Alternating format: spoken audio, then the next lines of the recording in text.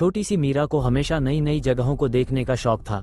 एक दिन उसने अपनी दादी से सुना कि उनके गांव के पास एक पुरानी हवेली है जिसे सब भूतिया हवेली कहते हैं। लोग कहते थे कि वहां से अजीब आवाजें आती हैं और रात में रोशनी दिखती है। मीरा के मन में उस हवेली को देखने की तीव्र इच्छा जाग उठी।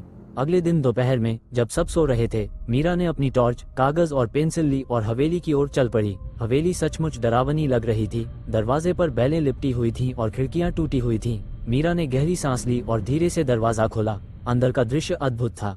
धूल भरी सीढ़ियां, पुरानी पेंटिंग्स और एक बड़ा झूमर जो अब गिरने वाला था। अचानक उसे एक हल्की सी आवाज सुनाई दी, टिक टिक टिक। मीरा ने ध्यान से देखा तो पाया कि एक पुरानी घड़ी चल रही थी।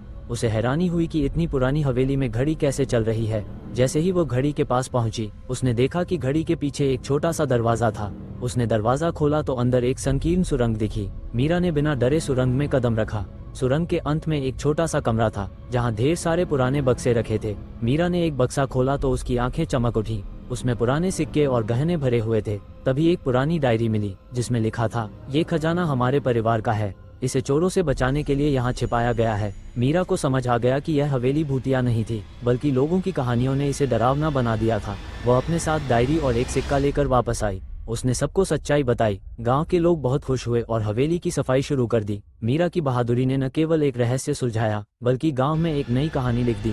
अब वह हवेली डरावनी नहीं, बल्कि खजाने वाली हवेली कहलाती थी।